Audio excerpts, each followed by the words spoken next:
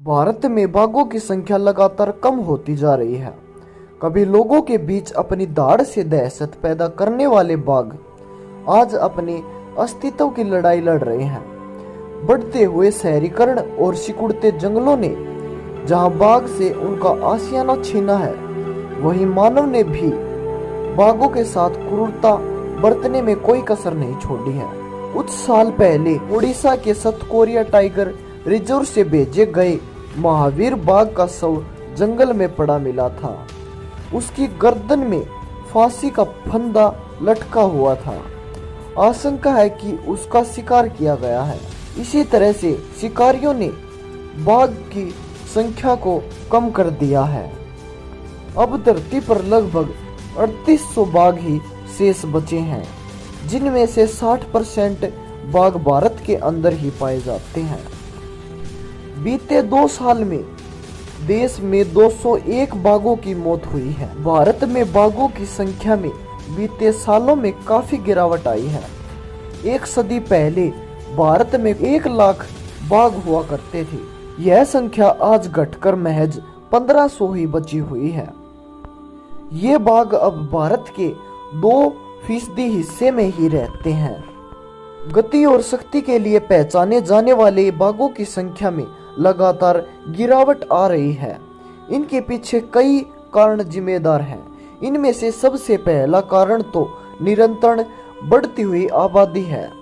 इसके बाद गति से बढ़ते हुए शहरीकरण की वजह से दिनों दिन जंगलों का स्थान कंक्रीट के मकान लेते जा रहे हैं। यूं कहें कि जंगल में जबरन घुसे विकास ने जानवरों के अस्तित्व पर प्रश्न चिन्ह लगाने की प्रक्रिया शुरू कर दी है। इसी कारण से बाघों के रहने की जगह में कमी आ रही है, जिसके कारण बाघों की संख्या घटती जा रही है। साथ ही साथ बाघों की तस्करी भी आजकल बढ़ती हुई नजर आ रही है।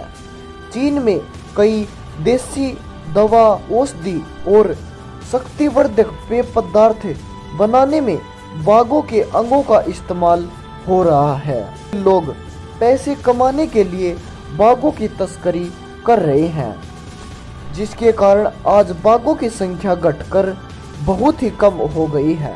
वैज्ञानिक अध्ययन बताते हैं कि अभयारण्यों के आसपास रहने वाले कुत्ते संक्रामक बीमारी फैला रहे हैं, जो बाघों के स्वास्थ्य के लिए ठीक नहीं है।